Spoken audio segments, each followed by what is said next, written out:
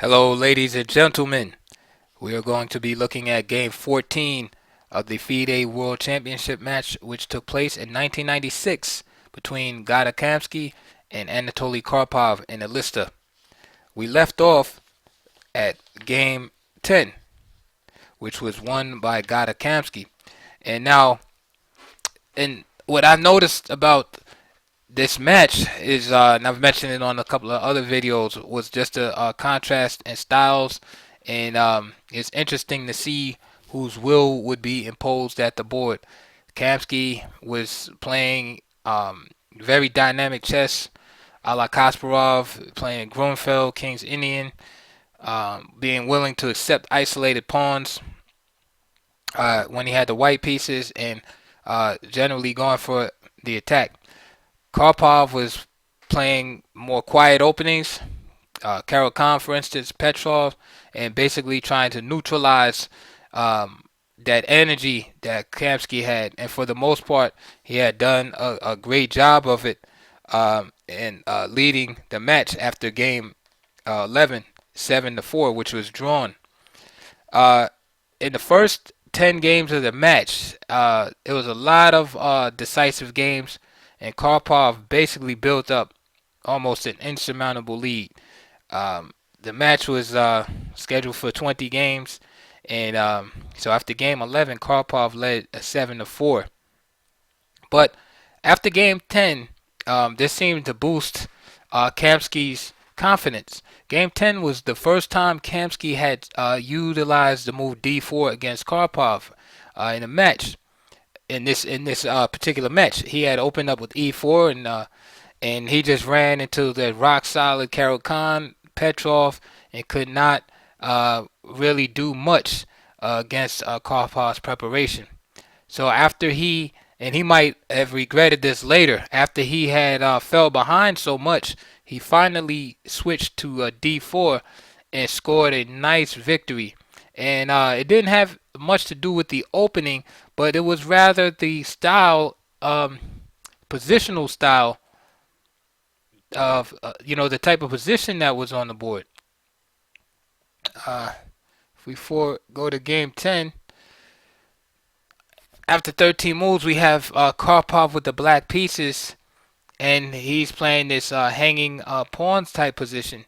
And I have felt that this type of position was more suited to Kamsky's style because he wanted to play aggressively, and so this bode well for Kamsky, and basically for the rest of the match, he stuck with um, this recipe, and as a result, if it was like if the game started from zero, they would have just had a drawn world championship because from here on out, it's just two. Each side won two games, and the rest were drawn.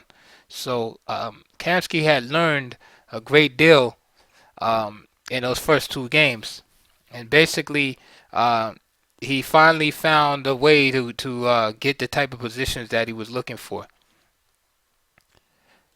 So briefly, game 11, Karpov had the white pieces, and this variation was employed. This is known as a well, of course, this is semi-Slav right here, but began with actually semi-Slav and then E3. This is a Moran variation, and there's of course there's a Botvinnik system after Bishop G5. This Queen C2 is known as anti-Moran. Um, because Queen C2 seeks to avoid the complexities of the Moran variation. After Bishop D3 and D takes C4 and all of that stuff. And this is a very popular guess. But these players played 60 something moves, and it was drawn. And game 12 was drawn. Kamsky went back to E4 for some reason and still banged his head against the wall of the Khan. I have no idea why he would go back to that after he had won in such great fashion in Game 10, that he would actually um, allow Karpov to play this again by playing E4. But needless to say, he went back to it, and he had nothing for Karpov, and this game was also drawn after 54 moves.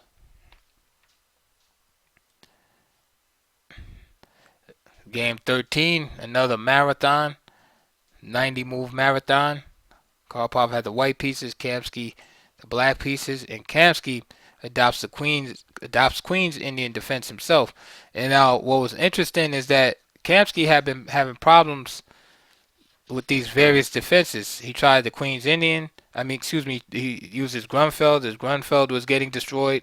Switched it to King's Indian. King's Indian got destroyed in a beautiful bayonet attack game by Karpov. And so he's bouncing around. And here's a Queen's Indian. And this game was drawn in 90 moves. That brings us now to game 14, whereby Kamsky has the white pieces here, and Karpov has the black pieces. So I think Kamsky had a little bit, he fell victim to switching around his openings too much. Because even when he found, he would get a victory, he would still switch it. For instance, in this game, again, he has the white pieces, and now he had beat Karpov in game 10 with the nimzo Indian. I'm sorry, with the Queen's Indian, the knight f3. So why not bring that out again? Instead, he allows Karpov the nimzo Indian. And so let's see what happens. We'll jump right into it now. Knight g2. So now we have this Rubinstein variation on board. d5. And now, of course, in this variation, Kamsky is willing to take on the isolated pawn. So now this is more of Karpov's speed with the black pieces. Now, you remember the position I showed you a few minutes ago in the game where he lost, where he had the hanging pawns, and Kamsky had the move h4 played on the board, and the position was more murky and flexible and dynamic. Okay, that's more of Kamsky's style. With this nimzo Indian here, this variation, this fits more of Karpov's style. He blockades the isolated pawn. He has perfect pawn structure, right? Simple piece placement. Okay, yes, he gives up a little space, but this is a Karpov type position. And it's bad strategy right here for Kamsky. Bishop d6, knight e4, bishop e7, a3, castle, and now bishop c2. Of course, he wants to create that battery of queen going to d3 and threatening checkmate. So this is why a3 prepared that, so that a knight can't go on to b4. Bishop c2, queen c7.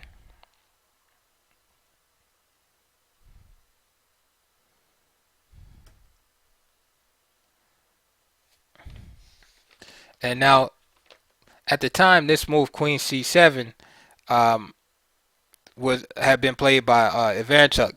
So they were kind of following, or Karpov was following Ivanchuk's idea, which is by playing queen c7 is to vacate the d8 square so that the rook can go there. Okay, and he gives credit to Australian GM Ian Rogers for bringing that into practice. So queen c7 was played, queen d3. Now rook d8, knight g5, g6. So there's some weakness in the black king side, and now bishop b3.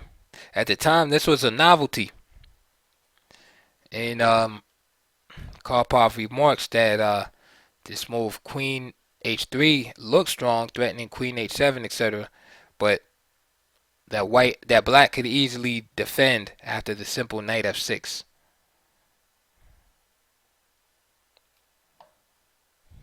When the d pawn is now under attack. Also, white has to worry about this move with the discovered attack on the queen.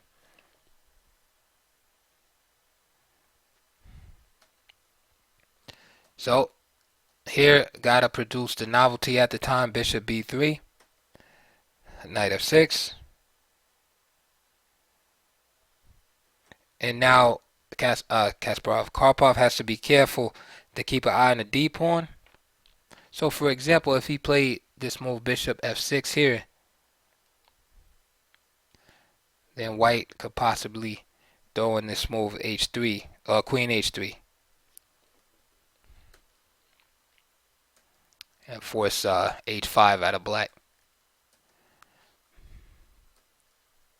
So knight f6, rook d1, and bishop f8. He's simply going to bring the bishop to g7. Okay, so this secures the dark squares, protects the king. Again, such positions, black always has to be careful. So king g7.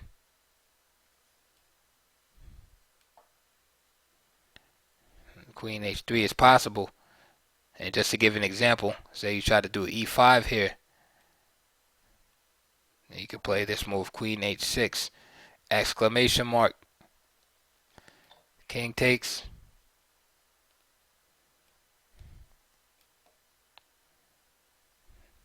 Knight e6, discover check, and then you pick up the queen. So bishop f8, and again, these type you got to remember, Karpov has been in these type of positions many times versus Garry Kasparov, one of the greatest tactical minds that we've ever come across. So he's used to prophylactic play. As long as Karpov has his nice structure and white has a little bit of pawn weakness, Karpov is satisfied. He'll maneuver with this space disadvantage. Just warding off the threats, and eventually white will overextend himself, and then Karpov launches the brutal counterattack. Excuse me. Alright, so now e takes d5, and of course rook takes d5 could have been played, but then knight c3 hitting the rook with tempo, okay, would have been good for white. E takes d5 just frees the bishop.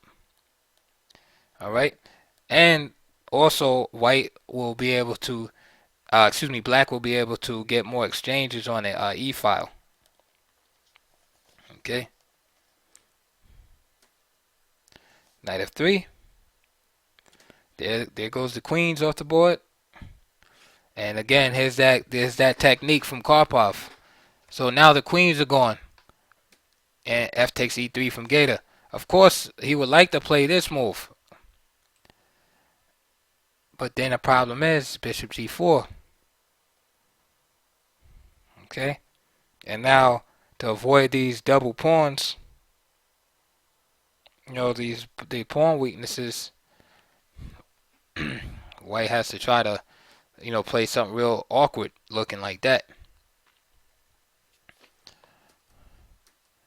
So here comes the beginning. F takes e3. Alright,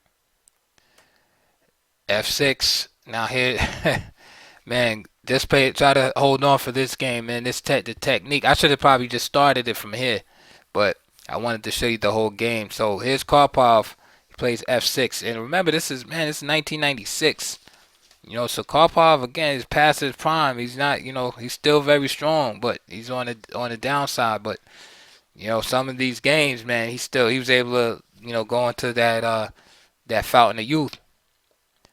So here is basically what Karpov is doing right here is he's showing us the strategy for utilizing an advantage of a bishop here. Okay, as taught by Wilhelm Steinitz. And basically, what you do is you move your pawns in such a way to um, deny the knights, the enemy knights, squares. In other words, outposts. Okay, see right now, just like, imagine if you will, the knights can occupy these squares. Okay, so Steiner said, when you had two bishops, take away all the outposts from the knights. Another possible outpost is this one, right? You want to take away all the outposts from the knights, so then the knights become useless. So that's the first step. F6, rook AC1, bishop F5, and now H3. H5. This clamps down on the white king side pawns. Okay? And prepares your own expansion on the king side. Okay? Knight C3, G5. Just pushing the enemy pieces back with bishop H2, H4. Okay? Now, securing the space advantage on the king side, the white pawns on G2 and H3 are fixed on the color of his light square bishop. Alright? So now it doesn't seem like too much, right? That these pawns are on the same color as Karpov's light square bishop. But as the game goes on, such features, such minor features now take on great importance. Knight D2, and now King F7. Alright? So following an old endgame rule, just improving the king position. Alright? So now after the exchanges take place, right, the peace exchanges, your king is right at the door, ready to come out when the coast is clear. So that's why he moves the king to F7. So he's not coming out right now, but it's too much fighting going on right now in the position. But as soon as those pieces get exchanged, the king will be in the perfect spot to enter into the arena. All right. Knight B3, rook AC8, knight to B5, A6, knight back, and now B5. Knight E2. Now I was telling you about this square earlier. Okay, this is the best move in the position for white. It's so obvious too. It's just glaring, asking for a piece to be put in, because Karpov should have prevented, that possibility earlier. Okay, but for some reason, God didn't take the chance to jump in there. For example, after knight C5, let's say B4. You play this move.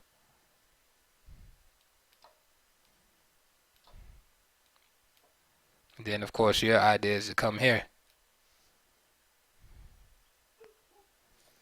Okay? So white, white is doing a little bit better there. However, he played knight E2 and then B4. Now he's taking more space on the queen side after taking the space on the king side. Okay. The problem with capturing is this knight on C6 becomes very strong. So white doesn't want any part of that. That knight is too strong. So A4, trying to keep the position blocked. Rook E8, King F2, King G6, and Knight G1. Hoping to bring the knight to D2, then play the knight to B3, then to play the knight that's on B3 to C5. Knight A7. Okay, and now this move threatens what? Bishop C2. But remember, I always say there's usually a double purpose to the move. So yeah, Bishop C2 is like the obvious, the obvious threat. But what's the other one? Okay. The other one the other idea is after this move, after knight c5, then black will double rooks. Right, rook c6, and then play the other rook to c8, and get the knight out of there. Okay. So what happened? Knight a7, knight c5. This actually happened in the game. Rook c6, knight f3, and there it is. Rook e c8, b3, a5, king e2, bishop e4, king d2, and now there goes the knight. Bishop takes c5, rook takes c5, rook takes, rook takes, rook c1, rook takes c1, king takes c1, knight c6. And again, I feel like just pretty much out of the opening, that guy didn't really have a chance because of he just gave Karpov his position that he wanted to have. And this is old man chess right here. This is just, he's just gonna grind you. He's just grinding you down in the end game. More space on both sides of the board. All his pieces are better. King is better. Everything is better. And Karpov is just clearly winning. King d2. Even the knight exchange doesn't help. Trying to go into opposite color bishop ending. So, for instance, knight. We'll just segue real quick. Knight e5. Knight takes. Check. Bishop takes. Because then bishop takes g2. King c7. King c7. Bishop c7. Bishop takes h3. Bishop takes a5. d4. And if e takes d4, then simply bishop g2. And these pawns are not going to be stopped. One of them is going to queen. So king d2, d4. And of course, the sacrifice is just so that the other pawns can now break through. f4. And yeah, this is a killer blow because all the bishop endings are now good for black. Okay, and the idea is that the bishop, black's bishop that is cut off from the advance of the h pawn.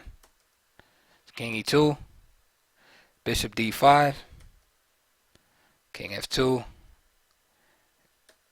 I mean, this so he finally goes into this lost bishop ending, hoping that the opposite colored bishops can help.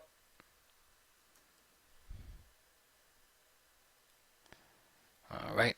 Now, just to mention a general rule in bishops of opposite colors. Alright, when one side has two disconnected passed pawns, the superior side's pawns must be at least 2 files apart. Okay, and the reason is simple. If the pawns are far enough apart, the defending bishop has to blockade one of them, while the defending king must stop the other. Then the winning side simply supports the pawn held up by the defending side's bishop. Alright, so the distance, the only exception to this rule is when one of the pawns is a rook pawn and the superior side's bishop is of the wrong color. Alright, in this game, thanks to the fixed weak pawns on g2 and h3, combined with the far advanced b pawn, it's going to be easily winning. Alright, because you're going to have those disconnected passed pawns 2 or more files apart. So let's look. Bishop c3, king f5, bishop b2, bishop c6, king f1, bishop d5, king f2, king e4, check, king d2, f3, g takes, king takes, e6, Bishop takes, and now you can see the pawns clearly. H takes G4, H3, and those are the disconnected passed pawns. So Bishop E4 and Bishop E5, and now Bishop takes G4. And here Gata resigned the game, and this is what Karpov is talking about. Well, we were talking about they had to be at least two files apart. Here they're 5 files apart. All right, and so just to illustrate, let me just throw into a variation in there real quick. So after Bishop takes G4, if White tries to stop the pawn, so one has to be arrested by the king, right? And the other pawn has to be stopped by the bishop. So if King C3 and Bishop E6, okay, so now that protects this one. And then now, simply, whoops.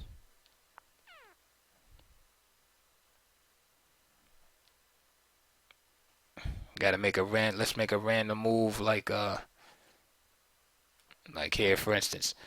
So King B2, right, holding up this pawn, and then just simply King G2 decides, because now the again, let's say King B1, H2, he has to give it up, and now it's just a matter of just going back over and squeezing the king out.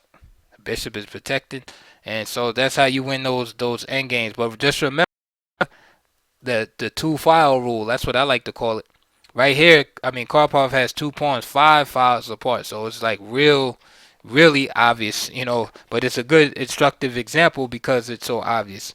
But yeah, if you have that situation and you have pawns 2 files apart, you can still win the game. And of course, there's some exceptions with rook pawns, because rook pawns are funny, but that's a good instructive endgame by Karpov, and his technique just amazes me sometimes. And I look at his games, and it's just to think that here he is in 1996, facing like a young fierce lion, how he was just able to just buckle down and find the energy, to play this long match, and put the work in, and all the stuff he had to do. But again, this game right here is bad opening choice by Kamsky. Again, just switching openings too much. There's no way he should allow nimzo Indian. And the thing is at the time his opponents weren't. A lot of opponents weren't even letting Karpov get to the nimzo Indian because he was so dangerous in the system. So I think Kamsky might, outfox himself a little bit. Just switching. He should have just went back to the, just play knight f3 again. He won the game, and he should have stayed with it.